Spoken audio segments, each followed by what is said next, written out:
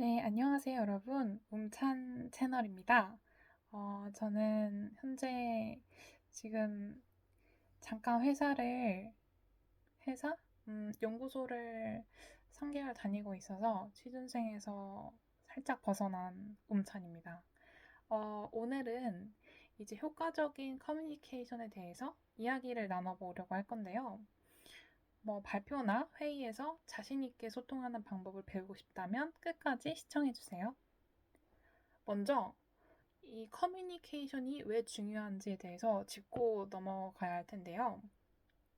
이 커뮤니케이션은 단순히 말하고 듣는 것 이상의 의미를 가져요. 그래서 효과적인 커뮤니케이션을 할수록 팀워크도 강화되고 오해도 줄이고, 그래서 결과적으로 더 나은 결과를 이끌어 갈 수 있는데, 제가 예전에 대학교 때 조별 과제를 했었어요.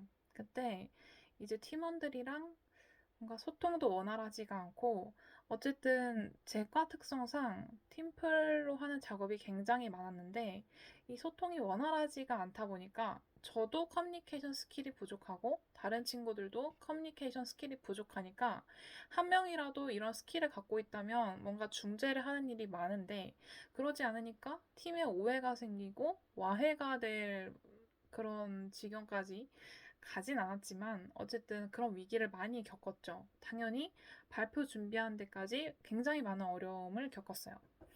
그래서 이 서로의 의견을 제대로 듣고 명확하게 전달하는 게 얼마나 중요한지 그때 알게 됐어요. 그 경험 때문에 그 이후로는 항상 적극적으로 의견을 나누고 상대방의 말을 경청하려고 노력을 했어요. 뿐만 아니라 이제 스스로가 적극적으로 의견을 나누려면 이 이야기에 대해서 의견을 가지고 있어야 합니다. 내가 어떤 사안에 대해서 같이 뭔가 결론을 내야 할 때 한 명 한 명씩 돌아가면서 의견을 말해야 하잖아요. 근데 간혹 가다가 의견이 없는 사람이 있어요. 제가 그랬거든요. 어떤 사안에 대해서 너는 이거에 대해서 어떻게 생각해? 나는 그냥 이렇게 얼버무리고 끝나는 경우가 있었거든요. 이게 좋을 수도 있지만 결국 본인 스스로한테, 그러니까 상대 같은 팀원들한테도 이 친구는 자기 의견이 없기 때문에 뭔가 팀에서 존재감이 없어질 수 있다? 그러니까 다음 팀별 과제에서 아이디어를 내는데 어쨌든 도움을 주지 않은 친구이기 때문에 다음 팀별 과제에서 같이 하고 싶지 않은 친구가 될 수도 있어요. 물론 뭐 기술적으로 뛰어나거나 뭐 그렇다면 상관이 없겠지만, 그럼에도 불구하고 자기의 의견이 없다는 건 사실 그렇게 좋은 인상을 주진 않거든요. 다른 사람들과 함께 팀 작업을 할 때. 그래서 어쨌든 커뮤니케이션뿐만 아니라 자기 아이디어를 갖고 있는 것도 중요하다. 그거는 이제 다음에 이야기할게요. 오늘은 커뮤니케이션에 대해서 이제 이야기를 해야 하니까.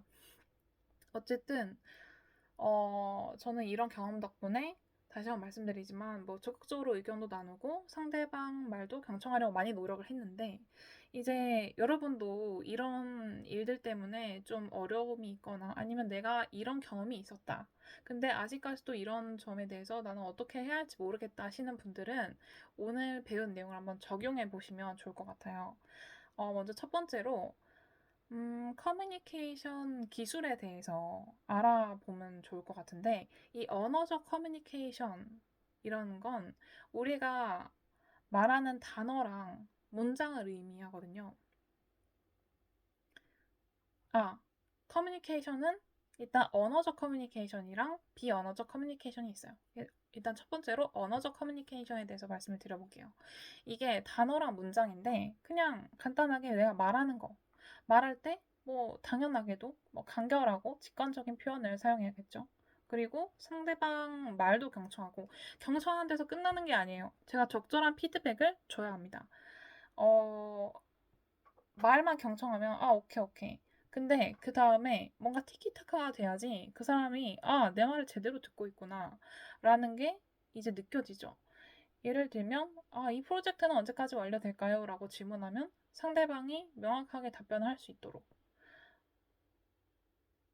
하는 기회도 제공을 하고, 또 제가 그러니까 상대방이 "이 프로젝트는 언제까지 완료될까요?" 라고 질문했을 때 제가 그거에 대해서 제대로 답변할 수 있게 항상 경청을 하고 있어야 한다는 거죠. 그리고 이제 두 번째로 비언어적 커뮤니케이션 기술이 있어요. 이거는 이 몸짓, 표정, 제스처 뭐 이런 비언어적인 요소들이 이런 것들을 뜻하는데 이제 이게 보통의 커뮤니케이션의 70% 이상을 차지해요. 그래서 일단 첫 번째로 눈 맞추는 거. 이거 은근히 되게 중요해요. 뭐 사람들이 사람의 호감을 얻는데 제일 중요한 게 뭔지 아세요? 눈을 맞추면 사람의 호감도가 올라간대요. 그런 것처럼 눈 맞추는 게 정말 중요하더라고요. 그래서 상대방의 눈을 맞추는 건 이제 신뢰와 관심을 표현하기 때문에 당연히 커뮤니케이션 기술에서도 이 비언어적인 커뮤니케이션 중 눈 맞추는 이런 행위가 굉장히 긍정적인 반응을 이끌어낼 수가 있다는 거죠. 그리고 자세랑 제스처. 굉장히 열린 자세. 뭐 그 사람으로 방향을 몸을 튼다든가 아니면 어떤 적절한 제스처, 뭐 굉장히 손으로 제스처도 많이 해주고, 뭐 끄덕끄덕도 되게 열렬하게 해주고, 뭐 이런다면 뭐 긍정적인 인상을 줄 수 있겠죠. 그래서 이런 것들이 있고, 사실 이제 고등학교 때부터 제가 PPT를 도맡아 하면서 이 커뮤니케이션이 정말 중요하구나 라는 거를 이제 느꼈거든요. 그래서 처음에는 정말 제가 PPT 디자인을 보통 다 직접 하고 이랬기 때문에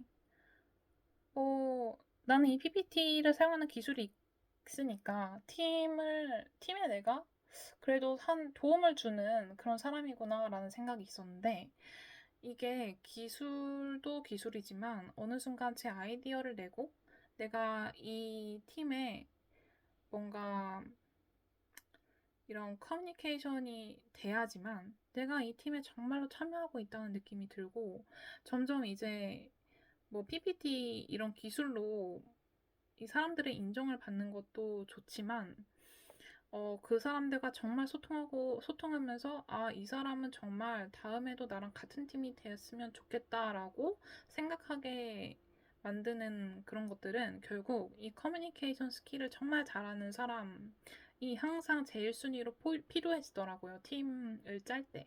그래서 저는 이 커뮤니케이션 스킬만 배우고 학교를 졸업한다. 이것도 정말 큰 자산이 될 것 같아요. 그래서 이런 부분을 좀 간과하지 않고 신경을 쓰면서 팀플 보통 많이들 꺼려하잖아요. 나는 보통 개인 과제를 많이 선호하는데 나는 팀플은 싫은데 이런 사람들도 굉장히 많은데 만약에 팀플을 하게 되셨다면 어차피 회사 생활을 하면서 팀플은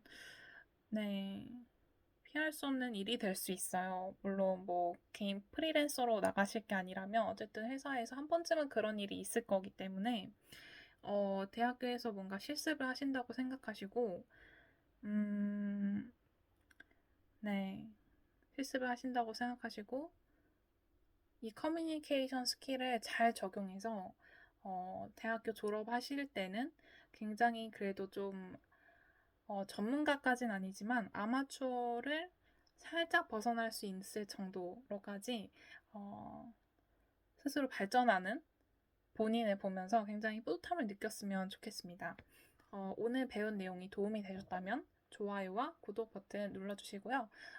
댓글로 여러분의 이 커뮤니케이션 경험도 공유해 주시고 그리고 혹시 저에게 연락하고 싶거나 제안하고 싶은 게 있다면 고정 댓글 링크를 클릭해 주세요. 그럼 다음 영상에서 만나요. 안녕히 계세요.